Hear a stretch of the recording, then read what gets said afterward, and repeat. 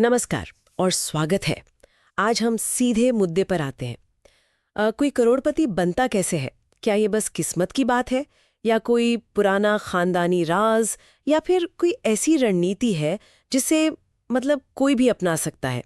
हमारे पास Chris Hogan की एक किताब है, एवरीडे मिलियनेयर्स।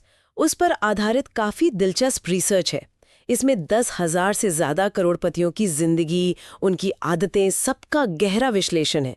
तो आज हम यही समझने की कोशिश करेंगे, क्या वाकई करोड़पति बनने के लिए कोई खास बैकग्राउंड चाहिए, बहुत सारी कमाई, या सिर्फ अच्छी किस्मत, या फिर ये सब अनुशासन, स्मार्ट प्लानिंग और लगातार कोशिश करने से होता है?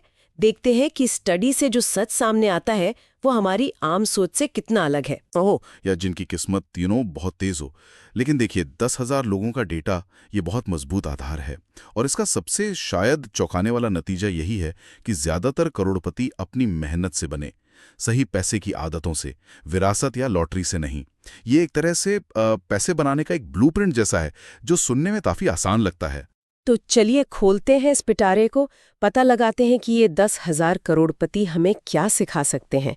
क्या सच में कोई साधारण कमाई वाला इंसान भी वहां तक पहुंच सकता है? किताब का पहला और शायद सबसे जरूरी मैसेज वो ये कि करोड़पति बनना कोई लॉटरी लगने जैसा नहीं है। ये एक प्लान का नतीजा है।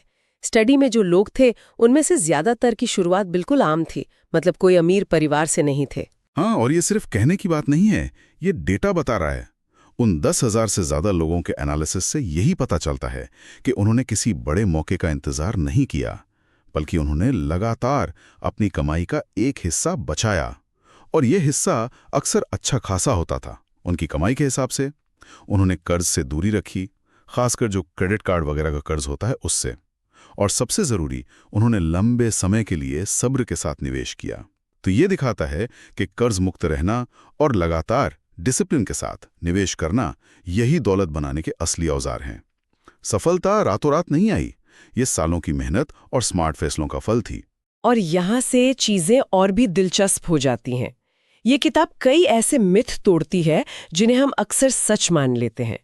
पहला और सबसे बड़ा, कि करोड़पति बनने के लिए आपकी कमाई बहुत बहुत ज्यादा होनी चाहिए। ज्यादातर लोग यही सोचते हैं कि अगर सैलरी ठीक ठाक है तो करोड़पति बनना तो बस सपना ही है। जबकि सच्चाई देखिए काफी अलग है। स्टडी में शामिल करोड़पतियों में से ज्यादातर की सालाना कमाई हमारे मिडिल क्लास जितनी ही थी।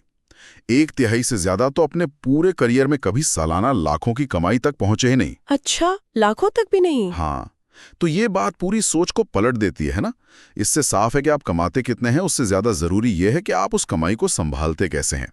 आपकी बचत दर, आपका निवेश का अनुशासन, ये आपकी सैलरी के नंबर से कहीं ज्यादा मायने रखता है। ये तो कमाल की बात है। फोकस कमाई बढ़ाने से ज्यादा बचत और निवेश पर हो। हाँ, अच्छा, अब आते हैं दूसरे मिथक पर कि ये सब किस्मत का खेल है या लॉटरी का। कितने लोग सोचते हैं कि बिना किसी बड़े जैकपॉट या विरासत के अमीर बनना तो नामुमकिन सा है। शोध इस बात को भी बिल्कुल खारिज करता है। स्टडी में शामिल 79% करोड़पतियों को विरासत में कभी एक पैसा भी नहीं मिला। 79%? हाँ, और लॉटरी की बात करें तो लगभग 80% ने कभी लॉटरी का टिकट ही नहीं खरीदा। अरे वाह! तो ये आंकड़े सोचने पर मजबूर करते हैं। ये साफ बताते हैं कि उनकी सफलता कोई तुक्का नहीं थी, किस्मत का खेल नहीं था। ये उनकी अपनी मेहनत थी, उनकी प्लानिंग थी, लगातार कोशिशें थी। उन्होंने अपनी किस्मत खुद बनाई, उसके भरोसे बैठे नहीं रहे। 79% बिना विरासत और 80% बिना लॉटरी। ये आंकड़े तो वाकई आंखें खोल देते हैं। और एक और बड़ा मिथक जिसे ये किताब तोड़ती है कि करोड़पति बनने के लिए किसी बहुत बड़े, नामी और महंगे कॉलेज की डिग्री होनी ही चाहिए। अक्सर यही माना जाता है ना कि सफलता की सीढ़ी तो बस बड़े महंगे कॉलेजों से ही शुरू होती है। तथ्य तो कुछ और ही कहानी बताते हैं। स्टडी में शामिल 62% करोड़पतियों ने सरकारी या पब्लिक यूनिवर्सिटी से ही डिग्री ली थी। 62% सरकारी यूनिवर्सिटी से? जी हाँ, सिर्फ 8% ही किसी बहुत प्रतिष्ठित महंगे प्राइवेट कॉलेज गए थे, और करीब 10% ने तो कॉलेज पूरा भी नहीं किया था। अच्छा। सीखने की इच्छा पर है।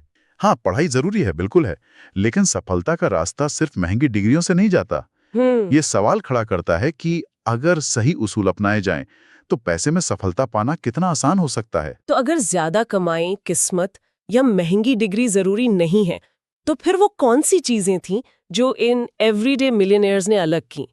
वो कौन सी आदतें थीं जिन्होंने उन्हें वहां तक पहुंचाया? चलिए अब जरा उन आदतों को करीब से देखते हैं। किताब कुछ खास बार बार दोहराई जाने वाली आदतों की बात करती है। सबसे पहले कर्ज से दूरी, खासकर क्रेडिट कार्ड और पर्सनल लोन जैसे महंगे कर्जों से बचना। दूसरा, अपनी कमाई से कम खर्च करना, मतलब हमेशा कुछ ना कुछ बचाना। तीसरा, एक बजट बनाना और सबसे जरूरी, उस पर टिके रहना। चौथा, लंबी अवधि के लिए लगातार निवेश करना, जैसे रिटायरमेंट फंड्स में, म्यूचुअल फंड या इंडेक्स फंड में। और शायद सबसे जरूरी आदत, बचत और निवेश जल्दी शुरू करना। जितनी जल्दी उतना अच्छा। यहाँ ये समझना दिलचस्प है कि ये आदतें काम क्यों करती हैं। इनके पीछे का लॉजिक क्या है? कर्ज से बचने का मतलब है, खासकर महंगे कर्ज से, कि आपका पैसा ब्याज भरने में बर्बाद नहीं हो रहा है। वो पैसा आपके पास बच रहा है निवेश करने के लिए। कमाई से कम खर्च करना सुनने में बहुत आसान लगता है, पर यही वो नींव है जिस पर सब कुछ खड़ा है। इसी से आपके पास निवेश के लिए पैसा आता है। बजट आपको कंट्रोल देता है, पता चलता है कि पैसा जा कहाँ रहा है और कहाँ बचाया जा सकता है। और फिर आता है जल्दी शुरू करने और लंबे समय तक निवेश करने का जादू, कंपाउंडिंग, चक्रवृद्धि ब्याज। हाँ, कंपाउंडिंग। इसे अक्सर दुनिया का 8वां अजूबा कहते हैं ना। जब आप जल्दी शुरू करते हैं तो आपके पैसे को बढ़ने के लिए ज्यादा वक्त मिलता है और आपका रिटर्न भी फिर रिटर्न कमाना शुरू कर देता है।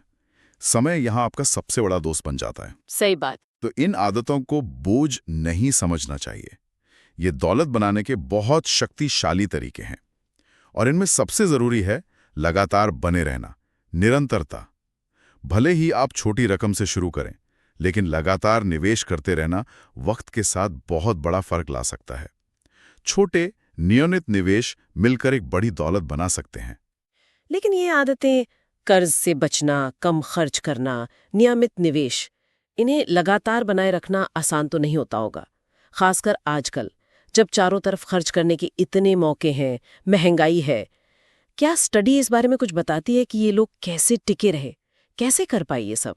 आपका सवाल बिल्कुल सही है और यहीं पर सिर्फ पैसे के मैनेजमेंट से आगे बढ़कर मानसिकता, मतलब माइंडसेट का रोल आता है। सिर्फ जानना काफी नहीं है, उसे लगातार करना जरूरी है। यहीं पर अनुशासन और धैर्य काम आते हैं। हाँ, ये सिर्फ नंबरों का खेल नहीं है, है ना? सही सोच, सही नजरिया भी उतना ही जरूरी है। किताब बताती है कि इन करोड़पतियों में कुछ खास दिमागी गुण थे। उनमें गजब का धैर्य था, अनुशासन था। वे रातों रात अमीर बनाने वाले शॉर्टकट या स्कीम के चक्कर में नहीं पड़े। उन्हें पता था कि दौलत बनाने में वक्त लगता है और वे लंबी रेस के लिए तैयार थे। वे लगातार सीखते रहने में यकीन रखते थे, चाहे वो निवेश के बारे में हो, इकोनॉमी के बारे में हो या अपने खर्चों को बेहतर समझने के बारे में। और वे अपने पैसों को लेकर बहुत जिम्मेदार थे।